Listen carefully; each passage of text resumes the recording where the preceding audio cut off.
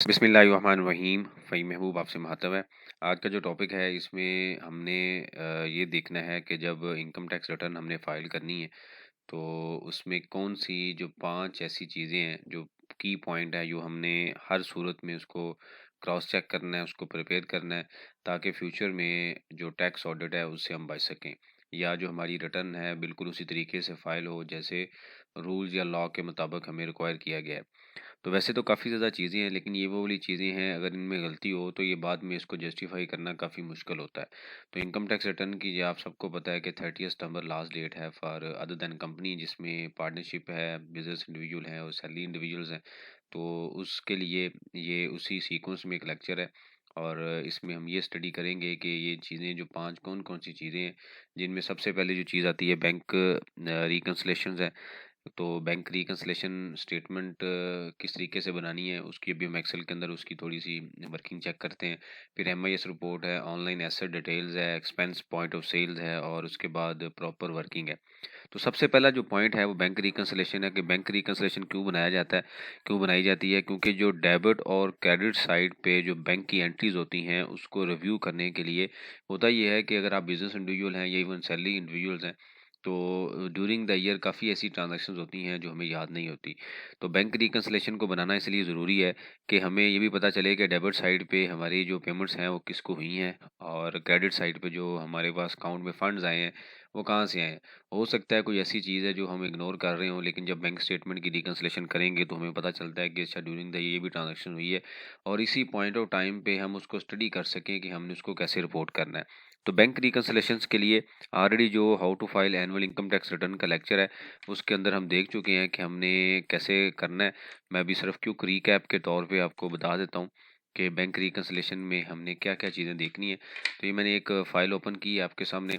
इसमें अगर आप देखें तो सैलरी इंडिविजुअल्स के लिए ये फ़ाइल है, एक्सेल की फ़ाइल है। उसके अंदर बैंक रिकन्सिलेशन के नाम पे एक मैंने सेपरेट शीट बनाई हुई है, जिसके अंदर हमने ये देखा कि ऐसा इसमें आपने करना ये है कि अभी चूँकि सबके पास ऑलमोस्ट बैंक की जो ऑनलाइन बैंकिंग फैसिलिटी अवेलेबल है, तो एक्सेल के अंदर उसको डाउनलोड कर लें एप्लीकेशन से या वेबसाइट से और ये सारा डाटा सिस्टम जनरेटेड है जो बैंक रिकन्सिलेशन का रिसीव होता है।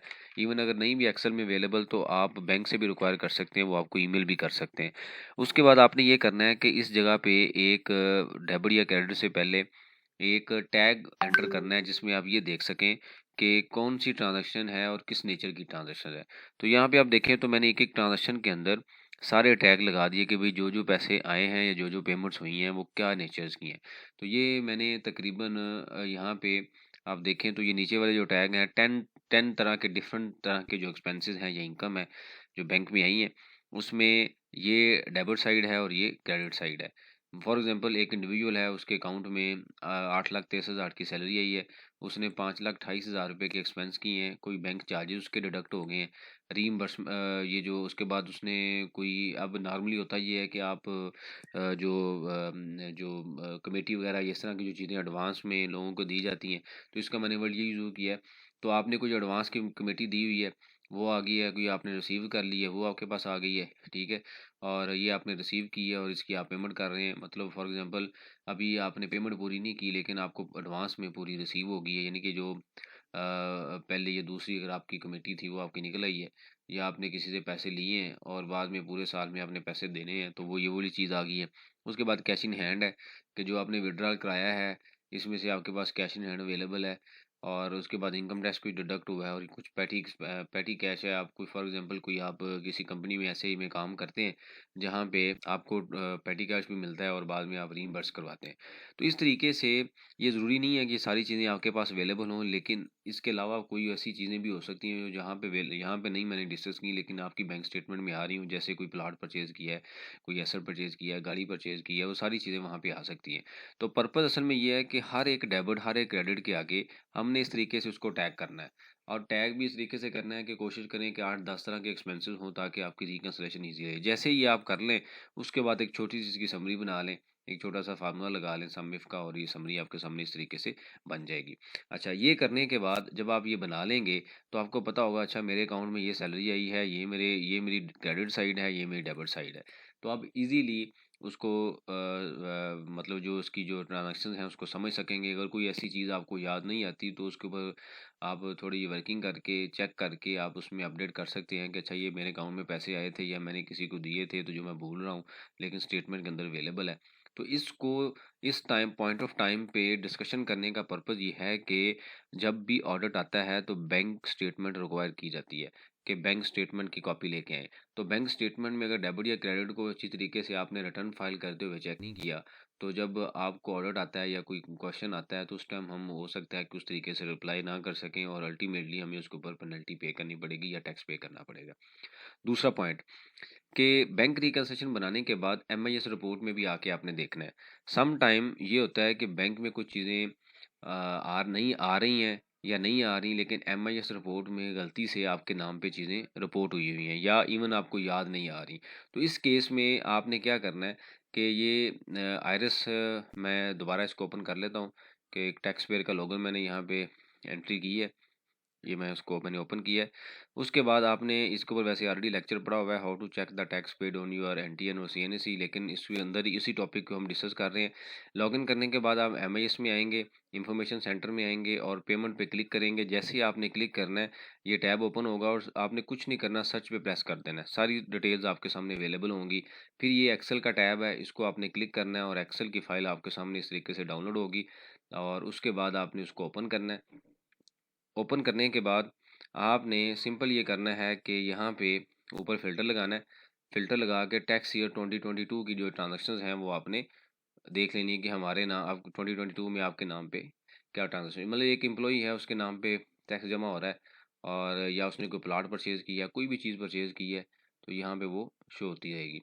यहाँ पे आप देखें तो ये सारी डिटेल है। मैं क्या करता हूँ कि जी 2022 पे फ़िल्टर लगाता हूँ।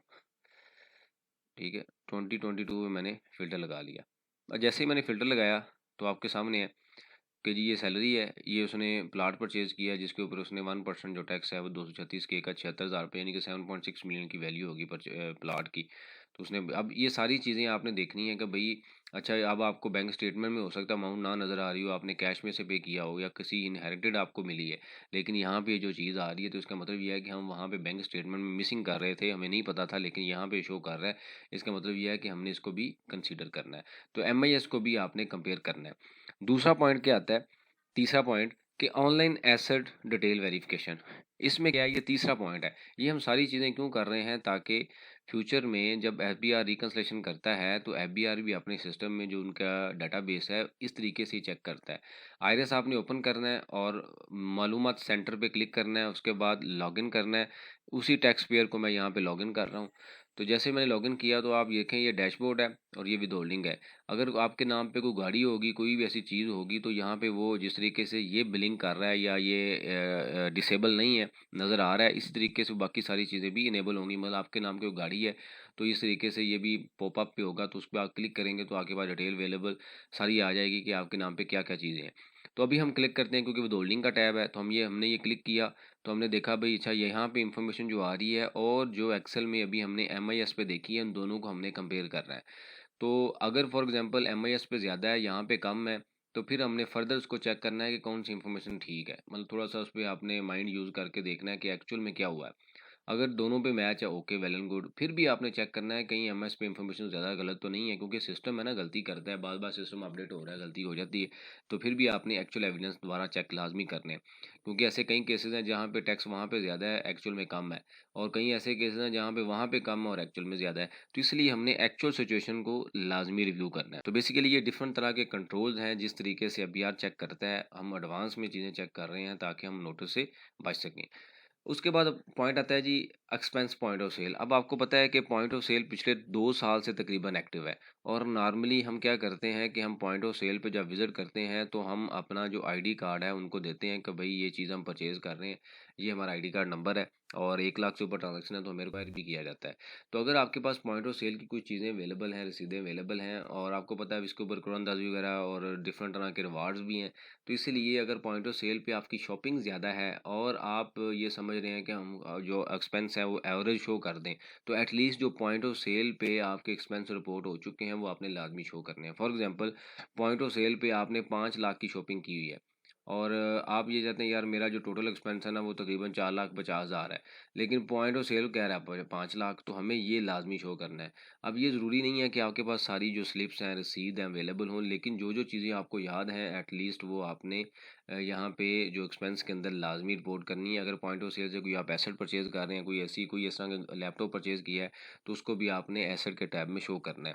उसके बाद आता है जी प्रॉपर वर्किंग। अब ये बड़ी ज़रूरी चीज़ है कि जब सारी चीज़ें आप मैच कर लें, देख लें, फिर वर्किंग करना बहुत ज़रूरी है। वर्किंग के लिए हमने एक डिटेल लेक्चर में देखा हुआ है, जिसके अंदर ये हमने डिस्कशन की हुई है कि सबसे पहले हम ये फॉर्मेट में जो उसकी चीज़ें हम फिल करेंगे, वो सैलरी इंडिविजुअल है, बिजनेस इंडिविजुअल है, सारी चीज़ें यहाँ पे लिखेंगे। उसके बाद उसकी वेल्थ जो कैश फ्लो स्टेटमेंट है वो बनाएंगे, और उसके बाद आता है वेल्थ स्टेटमेंट। तो यहाँ पे हमने उस लेक्चर में सीखा था, और जो स्टूडेंट प्रॉपर क्लासेस ले रहे हैं उनको भी बड़ी अच्छे तरीके से इसका आइडिया है। हमने ये देखा कि भाई ये जो पॉइंट है ये ज़ीरो होना चाहिए, जिस तरीके से यहाँ पे आ रहा है। तो अगर ये पॉइंट ज़ीरो है तो इसका मतलब ये है कि आपकी सारी जो चीज़ें हैं वो सही हैं, आप सही डायरेक्शन में जा रहे हैं और रिटर्न सही फाइल कर रहे हैं। अब नॉर्मली हम हमारे जो यहाँ हमारे यहाँ क्या होता है कि हम जनाब सारी चीज़ें हमारे पास पड़ी होती हैं और आरएस पे जाके हम डायरेक्ट फीडिंग करते हैं। वो भी सही है, लेकिन अगर वो गलती होगी तो हम कैसे उसको हाईलाइट करेंगे? और रिटर्न तो फाइल हो जाएगी चाहे हम सही करें या गलत करें। फ्यूचर में जब कोई मसला आता है तो क्या हम उस पोजीशन में हैं कि हम उसको डिफेंड कर सकें? तो उसके लिए आपने ड्राफ्ट जो है वो अपना एक्सेल के अंदर बनाना है, उसको फाइनल करना है और यहाँ से डाटा उठाना है, कॉपी करना है और आरएस पे पेस्ट करना है। तो ये याद रखें, सबसे ज़रूरी चीज़ है कि प्रॉपर वर्किंग होनी चाहिए, हवा में तीर नहीं चलाना चाहिए। अगर आप टैक्स का काम कर रहे हैं और आपके क्लाइंट्स हैं या आप खुद कर रहे हैं, तो इसको टाइम लगा के, टाइम इन्वेस्ट करके अच्छे तरीके से फाइल करें, हवा में कोई भी चीज़ ना फेंकें, वरना ये इश्यूज़ आपके लिए रहेंगे। अगर आप कंसल्टेंट हैं या कंसल्टेंसी दे रहे हैं, तो फ्यूचर में अगर आपके क्लाइंट्स को मसले आएंगे तो ऑब्वियसली वो आपकी जो कंसल्टेंसी है उसको भी इम्पेक्ट करेगा।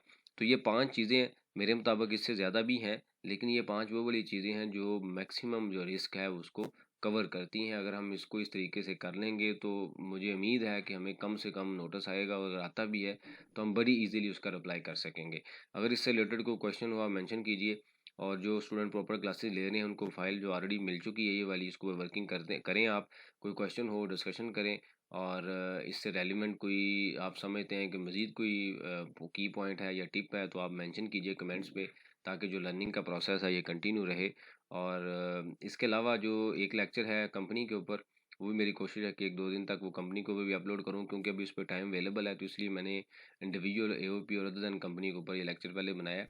और इससे रिलेटेड एक लेक्चर पहले भी पढ़ा हुआ है, how to file annual income tax return, उसको भी देख लें, वो स्पेसिफिक हमने एक्सेल के ऊपर वर्किंग की हुई है, उससे आपकी काफ़ी चीज़ें कवर हो जाएंगी। थैंक यू वेरी मच, जज़ाकल्लाह।